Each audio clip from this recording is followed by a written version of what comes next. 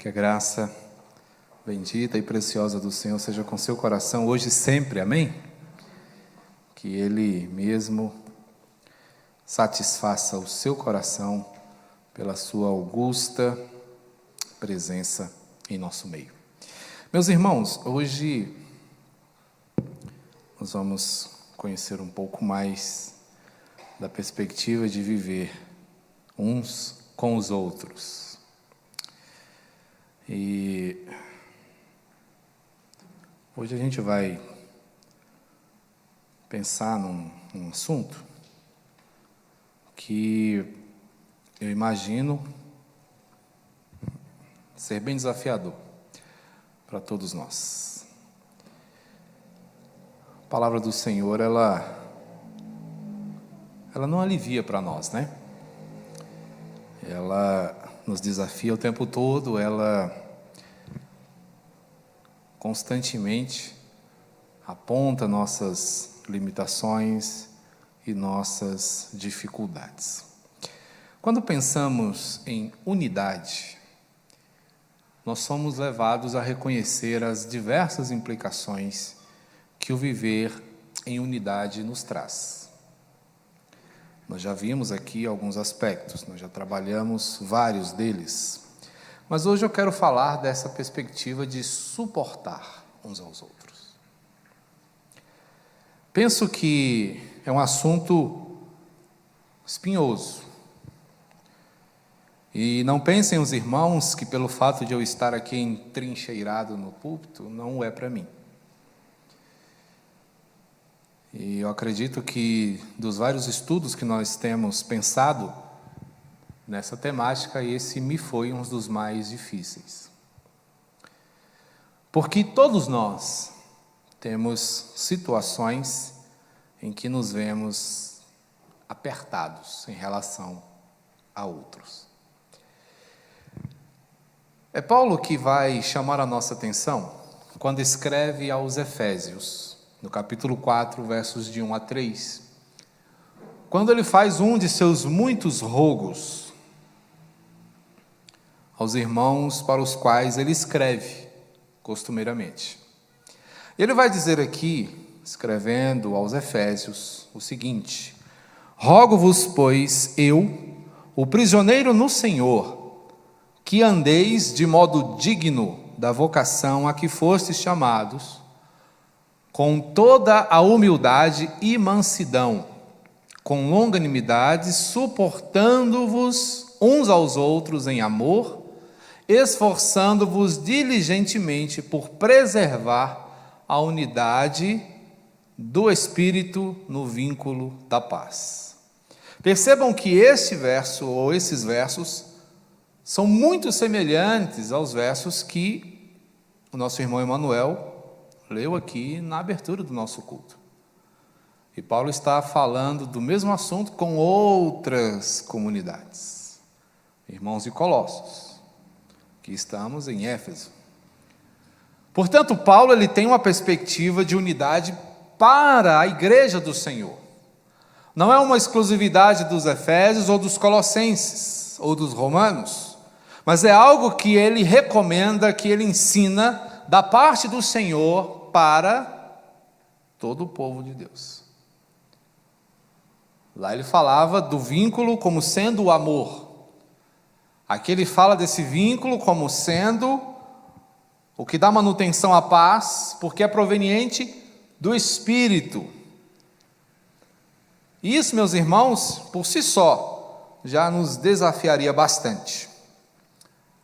Eu queria citar para vocês aqui uma oração feita por uma senhora de mais de 70 anos, quando ela escreveu essa oração.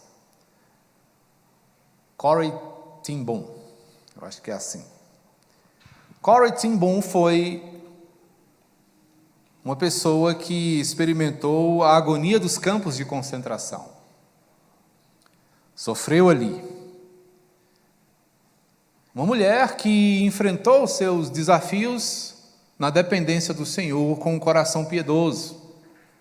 E ela afirmava constantemente que Muito embora os horrores experimentados no campo de concentração tivessem sido fortes, ela havia perdoado os seus opressores. Mas observe essa oração e depois eu vou explicar para os irmãos o contexto dessa oração.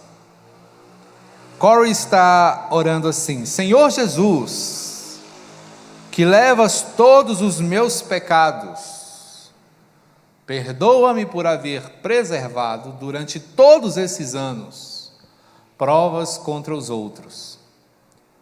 Dá-me a graça de queimar todas as provas em preto e branco como um sacrifício suave para a tua glória. Você já deve ter ouvido aquela expressão que o Senhor joga os nossos pecados no mar do esquecimento. E você deve já ter ouvido também o fato de que alguém disse que ele coloca ali uma placa dizendo: é proibido pescar. Essa frase é de Corrie ten Boom. Uma mulher que tem tanta convicção do perdão do Senhor, que nos ensina de forma poética como nós devemos descansar no seu perdão. Mas Corrie tinha um problema. Tempos depois, Corrie se sentiu ofendida por alguns irmãos em Cristo. E ela guardou aquilo por anos. E depois de um certo tempo, algumas conversas, isso parecia ter sido superado. Anos depois, um amigo seu a visitou e perguntou-lhe sobre aquela situação. Corrie, como é que está aquela situação? Não, está tudo bem. Mas aquele tudo bem, sabe, que não está bem? Aquele tudo bem amarelo, aquele tudo bem assim. Está tudo bem. E aquele amigo, então, forçou um pouquinho mais. E logo ela deixou explodir toda a sua ira. E diz: olha, aquelas pessoas me machucaram muito. E aquele amigo, tentando ajudá-la, disse: mas você já perdoou, você já deveria ter esquecido isso. E ela: não, eu não esqueci, eu tenho tudo aqui, gravado em preto e branco. Ela tinha provas, ela tinha registros daquelas ofensas guardadas numa gaveta. E ela, pegando para mostrar aqueles documentos ao seu amigo, de repente ele assegura e diz: Corrie, é você que tem nos ensinado sobre o perdão de Deus e você não consegue perdoar. E é aí que ela faz essa oração. E tempos depois, sozinha no seu apartamento, um pequeno apartamento, ela pegou aquelas cartas, aquelas provas e queimou na sua lareira, depois de fazer essa oração. Normalmente não é fácil a gente lidar com pessoas. Elas não são fáceis. Porque pessoas podem nos machucar, e elas machucam. Pessoas podem nos ignorar, e elas ignoram. Pessoas podem ser cruéis, e elas são. Pessoas podem ser teimosas, e nós somos. Pessoas podem ser insensíveis. E tudo isso que nós podemos pensar acerca dos outros é verdade em relação a nós mesmos. Nós todos podemos ser pessoas extremamente complicadas, porque somos todos muito parecidos, cheios de imperfeições, de fraquezas, de intolerância, de irritação. E somos tudo isso de forma contumaz. Então, quando eu digo fulano não é fácil, eu estou apontando para mim mesmo que eu também não sou fácil, porque nós somos todos muito difíceis. E quando a gente pensa nisso, falar de amor é doloroso. E há muito se tem deixado de falar de amor, porque nós nos escondemos atrás da ideia de que, eu não vou ser hipócrita falando de amor. E aí a gente, tentando não ser hipócrita, se torna desobediente, porque o mandamento é um amor da parte de Cristo Jesus. E que diferença há entre a hipocrisia e a desobediência? Ambos são grandes pecados. Portanto, nós precisamos pensar que amar pessoas difíceis é algo possível, até porque nós mesmos fomos amados, mas Deus prova o seu próprio amor para conosco pelo fato de Cristo ter morrido por nós, quando nós ainda éramos pecadores. Percebam que Jesus não te amou depois de você ter se convertido. Isso é interessante, sabe por quê? Porque você poderia dizer, não, eu fui um bom cristão, por isso Jesus me amou. Não, Ele te amou lá no boteco, Ele te amou lá no prostíbulo, Ele te amou lá na fofoca, Ele te amou do jeito que você estava quando Ele te encontrou no mundo. Logo, você foi aceito. Nenhum de nós aqui aceitou a Cristo. Nós fomos aceitos, nós fomos acolhidos, nós fomos recebidos por Ele. E como é que eu consigo amar gente difícil que nem eu? Como é que eu consigo amar gente complicada como eu? Quando eu me baseio na esperança, quando eu entendo que diante de Cristo eu tenho uma responsabilidade com o outro, quando eu decido apoiá-lo nas suas debilidades, entendendo que eu mesmo também sou débil em muitas coisas, quando eu busco desenvolver o que Cristo nos chamou para viver, que é a fraternidade. Fraternidade é viver em irmandade. E a irmandade não é fácil, nem a nossa irmandade consanguínea ela é fácil. A gente cresce brigando, dividindo, não é, com os nossos irmãos. A atenção dos nossos pais, os melhores brinquedos, o lugar da cama, o lugar no sofá, o controle da TV, o brinquedo predileto. Nós crescemos assim. E muitas vezes levamos isso pela nossa vida fora. E aí a gente fica, poxa, como é que eu vou lidar com esse negócio? Como é que eu vou resolver isso? A única alternativa para nós, meus irmãos, é aplicar a piedade. E eu gostei muito da ilustração que o Manuel usou, porque realmente a gente precisa se vestir de uma coisa nova. E é isso que Paulo está dizendo, revesti-vos, pois, como eleitos de Deus. É interessante, meus queridos, que quando Paulo vai falar dessas perspectivas, de uma vida nova, de coisas que a gente tem que fazer, normalmente a gente tende a reduzir essas coisas ao aspecto comportamental. E é mais que comportamento. Se você for dar uma olhada na carta de Efésios, nesse texto que nós lemos aí logo no início, quando Paulo está recomendando esse suporte, ele vai falar disso lá no início do capítulo 4. O que isso tem a ver, pastor? Tem a ver que antes de Paulo falar de unidade, Paulo ele faz questão de reafirmar pontos doutrinários importantes e necessários para que eu e você entendamos por que é necessário que nós vivamos unidos. Percebam, portanto, meus irmãos, que não é uma questão de comportamento. Não é simplesmente eu, como pastor, chegar, meu irmão, diga para o seu irmão como você é legal, irmão, eu gosto de você. Não é assim. Eu preciso, e você, nós todos precisamos entender o que aconteceu conosco. Então até Paulo chega lá no capítulo 4 de Efésios para falar aqui, rogando que andem de modo digno da vocação a que fostes chamados, com toda humildade, mansidão, longanimidade, suportando uns aos outros em amor. Paulo passou primeiro pela perspectiva da pessoa de Cristo Jesus como sendo o autor da nossa salvação. Paulo fala que fomos resgatados, tirados de uma vida de pecado para uma vida de salvação, e isto realizado pela graça de Deus. Ele vai nos mostrar, já no capítulo 3, que todos foram vocacionados pelo Senhor, até mesmo os gentios, e é aí então que ele vai falar de unidade. Paulo está aqui preparando, meus irmãos, o terreno para falar de unidade. E a unidade só encontra sentido quando fundamentada por essas coisas. Porque senão ela não vai ter base, ela não vai ter sustentação. Por isso é importante que nós entendamos essas coisas. Paulo fala de mansidão. Sabe o que é mansidão? Muitas vezes a gente entende mansidão como ser fraco. Ah, fulano é muito manso, é muito besta. Só que mansidão é a perspectiva de alguém que tem poder, mas que sabe controlar esse poder.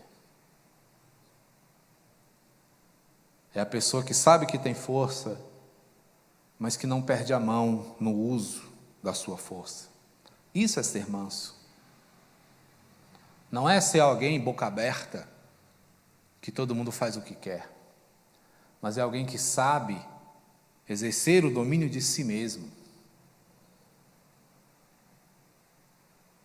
É como um animal feroz que, tendo força nas suas garras ou na sua mandíbula, sabe brincar, de abocanhar e não de lacerar.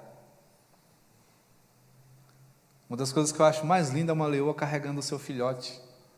Quem olha de longe acha que ela engoliu a cabeça do filhote, mas quem puder observar de perto vai perceber que ela está transportando ele para um lugar mais seguro, com as mesmas armas que ela usa para combater seus inimigos. Ela defende a sua descendência. Isso é mansidão. Então, quando pensamos em mansidão, não estamos pensando aqui na perspectiva de alguém que se deixa levar, mas de alguém que entende que é possível lidar com a sua própria capacidade, com a sua própria força. Portanto, quando nós aplicamos a piedade, é isso que nós estamos recebendo da parte do Senhor. Revestivos, você está recebendo condições para ser alguém muito melhor, diferente do que você tem sido, diferente do que a sua natureza muitas vezes impõe a você. Esse revestimento é a natureza de Cristo que vem sobre nós.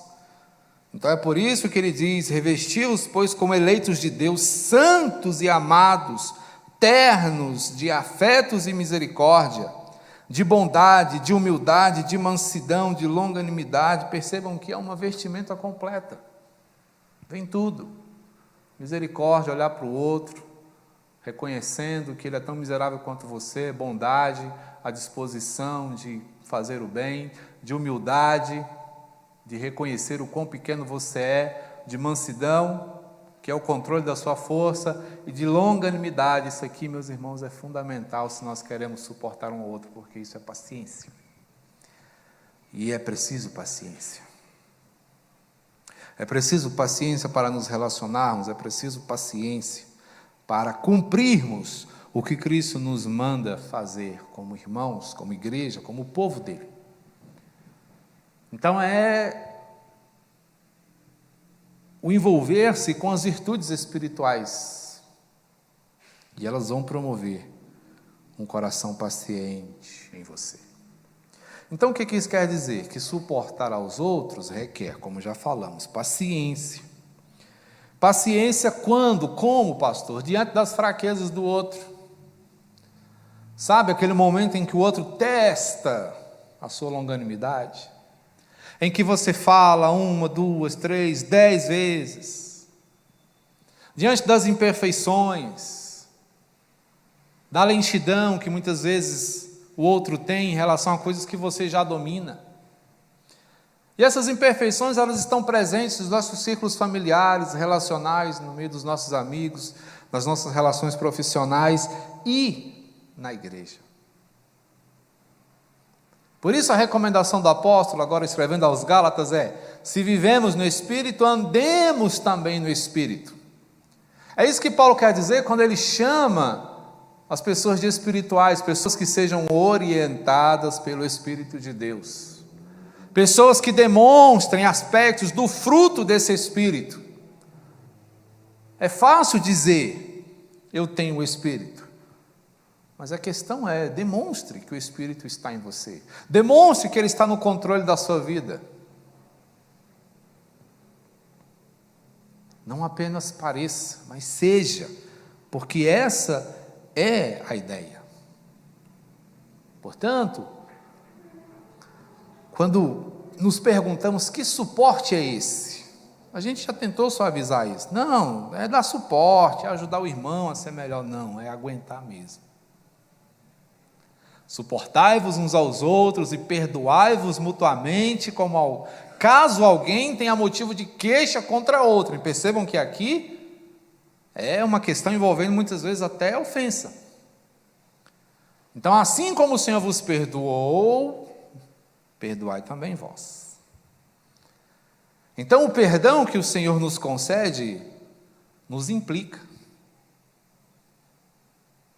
Porque se recebemos, podemos dar, né? Então, essa é a ideia. E quando pensamos nesse suporte, nós estamos, na verdade, entrando numa batalha, onde vamos lutar contra o rancor, contra a amargura, para derrotar o ressentimento. Todas essas coisas são tóxicas. E a toxicidade dessas coisas é contra nós. O rancor que você sente fere o outro, mas é muito pior para você. A amargura que você desenvolve dificulta seus relacionamentos, mas prejudica profundamente a sua vida. Sabe por quê? Porque um coração amargo não confia em ninguém, não consegue se relacionar, ele prefere a solidão. Sabe por quê? Porque ele se acha melhor. Não, eu fico aqui comigo mesmo.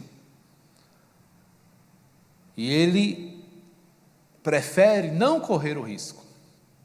Deixa eu dizer uma coisa a você, tudo na vida é arriscado. Tudo na vida é arriscado. Amar é arriscado. Cuidar é arriscado. Quando a gente cuida, a gente se apega. E nós todos corremos o risco de perder.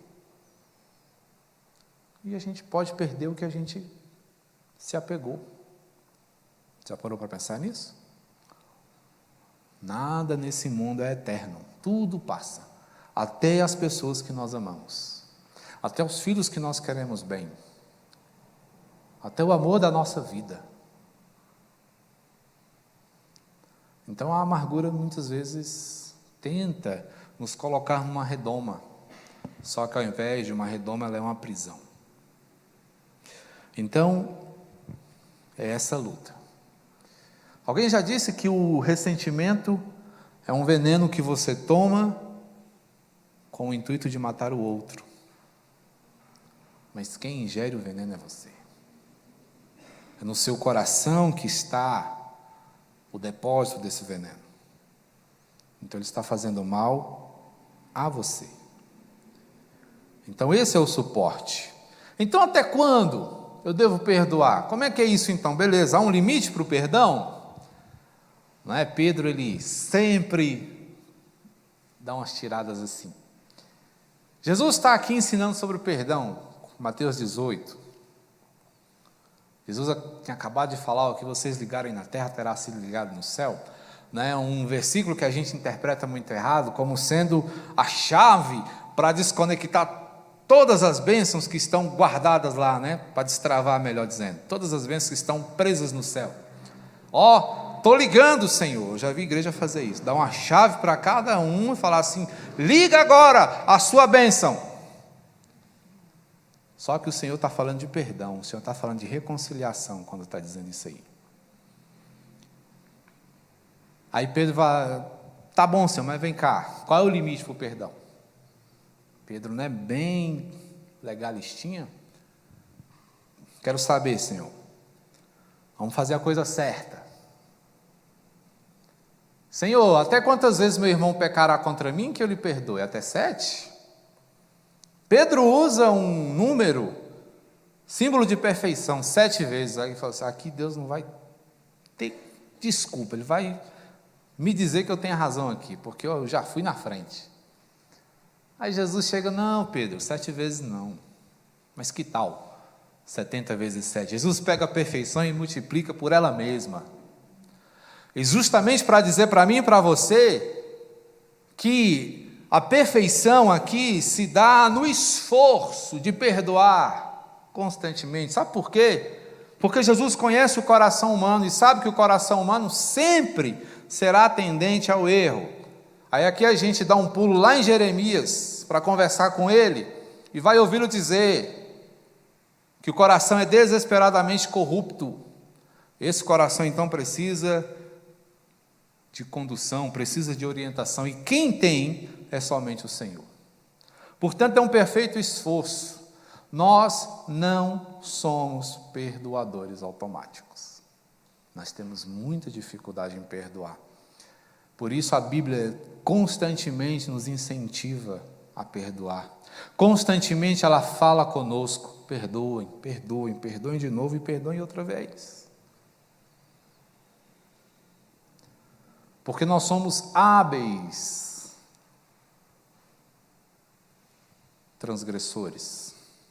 Constantemente nos veremos envolvidos em transgressão, o que vai nos levar a compreender que constantemente precisaremos de perdão. E se isso é verdade quanto a nós, é verdade quanto aos outros. Então, nós estaremos todos necessitados da mesma coisa. Olha só que interessante, você começa a conversar com alguém sobre dinheiro. Estou apertado esse mês. O que a pessoa fala? Não, está sobrando lá em casa. Você não quer, não? Eu não conheço ninguém para conversar assim, estou caçando. Você conhece? Rapaz, eu estou apertado. Aí o outro fala: eu também. Aí você já... esse aqui já não dá para me ajudar. Vamos conversar com o outro. Vou conversar com a Priscila, quem sabe? Aí a Priscila: não, estou com aquele jeito mineiro, né? Estou apertada, né? Falei: está difícil. Sabe, gente, a mesma coisa se dá com a nossa necessidade de perdão. Rapaz, eu pisei na bola. Se fôssemos realmente, né, sinceros, você e eu. Normalmente, quando alguém pisa na bola e confessa, você já fica assim, ixi. Não é? A gente já fica desconfiado. Não é? Então, a gente não tem essa habilidade, mas é a nossa realidade. Preciso de perdão, irmão. E eu? Preciso consertar isso, e eu? Então, é uma necessidade geral. Então, não há limite para o perdão. Óbvio que isso aqui não dá ao transgressor quanto mais, né, aquele que peca, sabe que peca e gosta de continuar pecando, não dá para ele a abertura para continuar. Fala: não, o povo lá é bom demais, faz perdão de boa, tranquilo, bora errar. Não é isso. A ideia aqui, meus irmãos, é que nós entendamos que, embora a necessidade de perdão seja grande, de perdoar também, nós não somos perdoadores automáticos. Nós nos assemelhamos mais a carrascos da alma. Porque quando alguém falha conosco, nós seguramos a corrente. Miserável, você me paga. Faz igual a senhora lá, a Corrie ten Boom. Anos guardando provas. Um dia esse povo me paga. Ó Senhor, minhas orações estão em depósito diante do teu altar. Você já viu gente orando assim? Dá até medo. Um dia vocês me pagam. Não é assim que a gente faz. A gente gosta de ter o outro na mão, né? Carrascos da alma. Por quê? A gente tem medo de perdoar, ser ferido de novo e ter que perdoar de novo, e o fulano pisar na gente de novo. A gente não quer sofrer, e sofrer de novo, e sofrer mais uma vez. Por isso nós temos uma necessidade grande de entender o que isso significa. Vou dar aqui para vocês alguns exemplos. Casamento. Eu não suporto você. Né? O casamento às vezes chega nesse ponto. São as inadequações matrimoniais. É o confronto das fraquezas mútuas. Olha lá, um está apontando para o outro, mas o outro também está apontando. Você é desorganizado e você é super sensível. Não é? É acusação para lá e para cá. Falhas de comunicação. Eu não entendo o que essa mulher quer. É assim mesmo, você não consegue me ouvir. Pequenas irritações, grandes explosões. É uma coisinha aqui, outra ali, outra ali, outra ali, outra ali. Quando você pensa que não, bum! O casamento está em crise.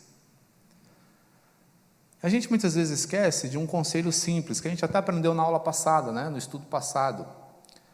Nós devemos levar as cargas uns dos outros, mas também o nosso próprio fardo. E às vezes a gente quer jogar tudo em cima do outro. Casais podem se ajudar, entendendo que ambos são fracos, ambos são limitados e ambos precisam uns dos outros.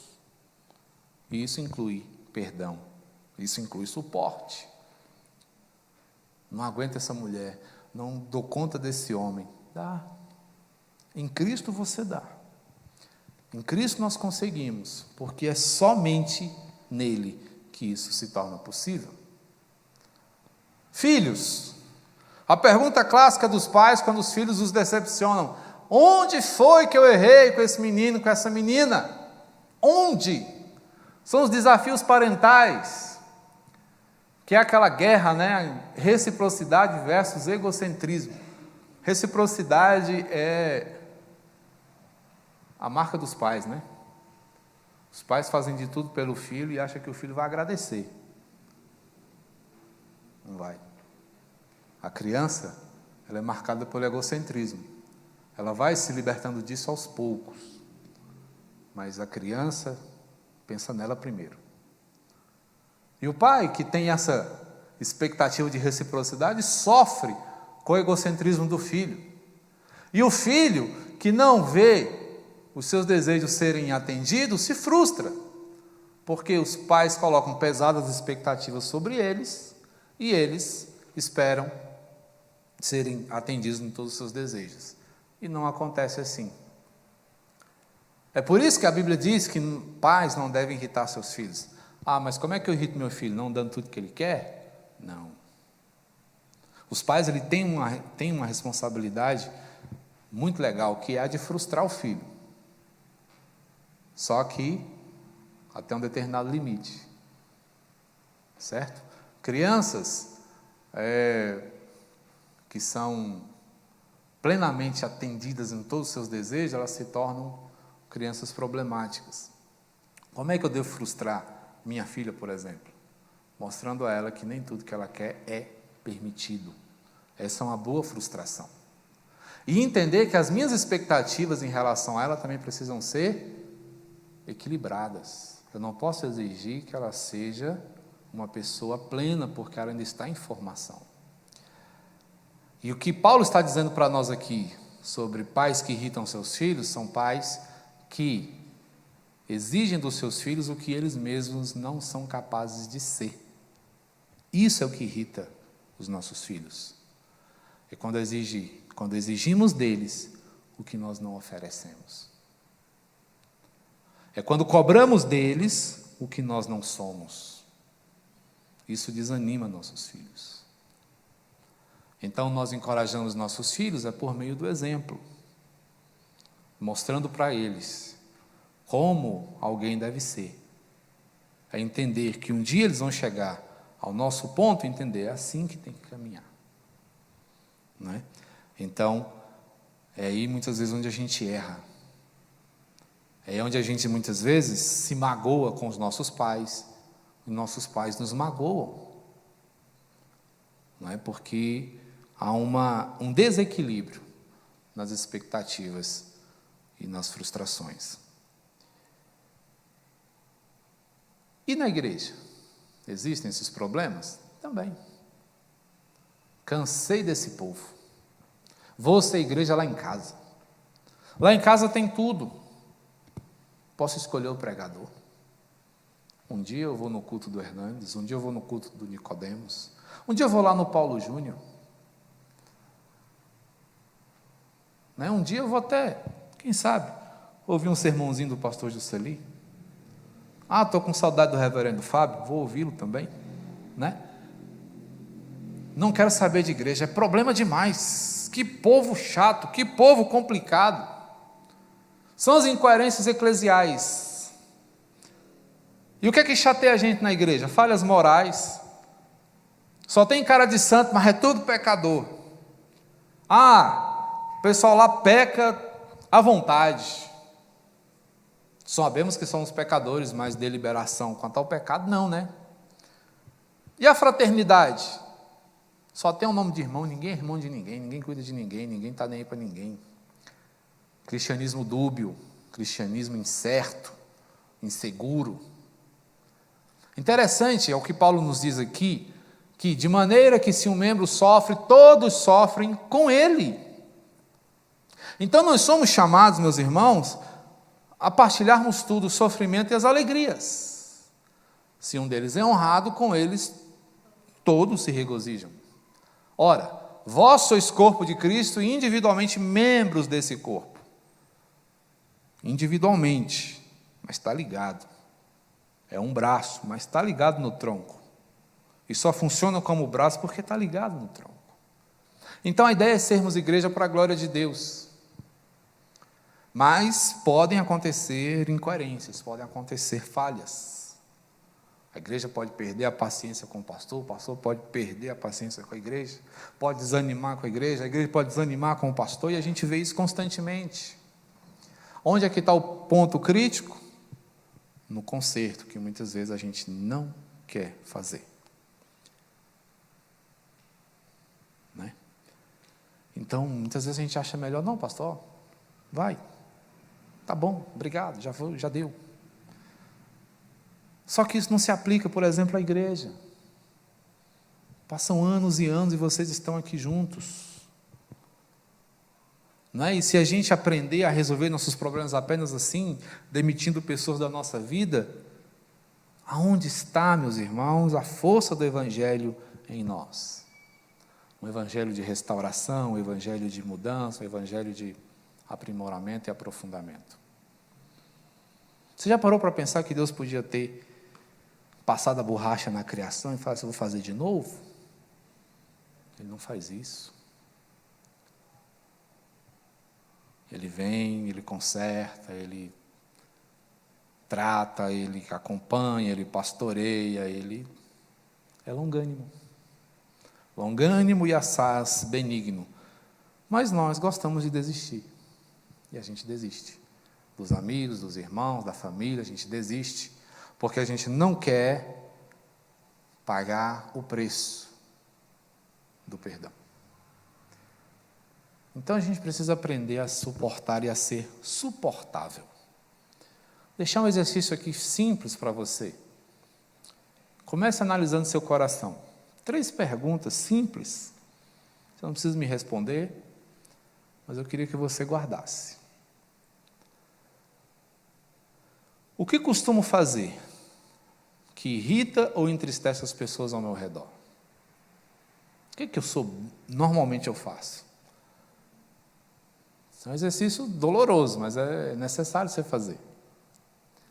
Pensa aí no que mais irrita a sua esposa, no que mais entristece seu filho, no que mais aborrece seus amigos. Pense. Segunda pergunta, que expectativas eu tenho acerca daqueles que convivem comigo? Sou muito crítico? Né? Tem um outro lado. Às vezes a gente também é o perfeitão, né?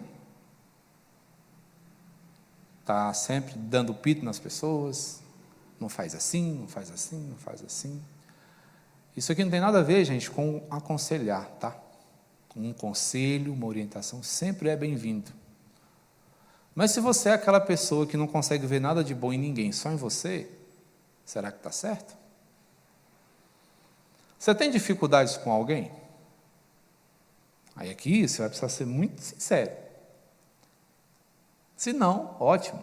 Mas se você tem, pensa aí, quem é? Por quê? Você tem razão ou não? Sabe por quê? Porque muitas vezes nossas dificuldades com os outros são nossas dificuldades. É porque eu não aceito o jeito do outro. Aí o problema não é dele, é meu. Eu não gosto de fulano. Já viu esse tipo de expressão? Por quê? Não sei. O jeito que ele se veste, o jeito que ele fala, me irrita. Coitado, não tem culpa de ser como ele é. de falar fino, de falar grosso, de falar rápido. E aí? Então, analise seu coração. O que é que você faz? Que expectativas você nutre? Como é que está seu relacionamento com os outros? Porque a gente precisa saber responder essa pergunta. Eu tenho aprendido a importância do perdão? Como é que isso impacta a prática da confissão na minha vida? Como é que isso diz respeito às minhas motivações? Conforme lá Colossenses 3,12. Do que eu estou revestido? Em quem eu confio? Confio no Senhor ou confio em mim mesmo? Sobre o perdão, meus irmãos, a oração que eu deixo para fechar nosso estudo hoje é essa. O modelo de oração que Jesus nos deu.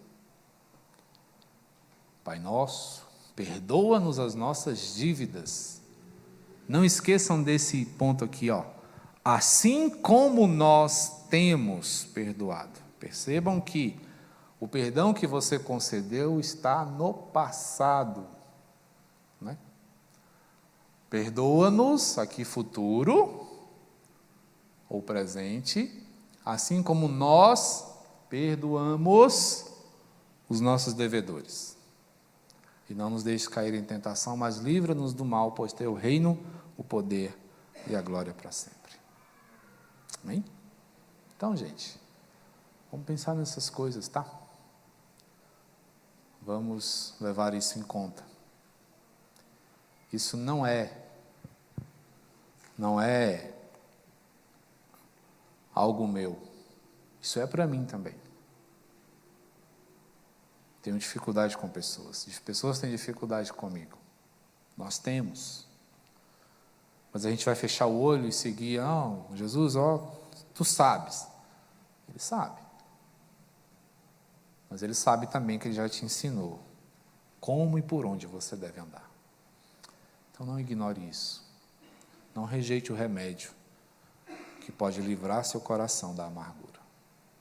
Amém? Vamos cantar uma canção para a gente encerrar? Sejamos perseverantes, irmãos, nestas coisas. Não desista. Não desista. Amém?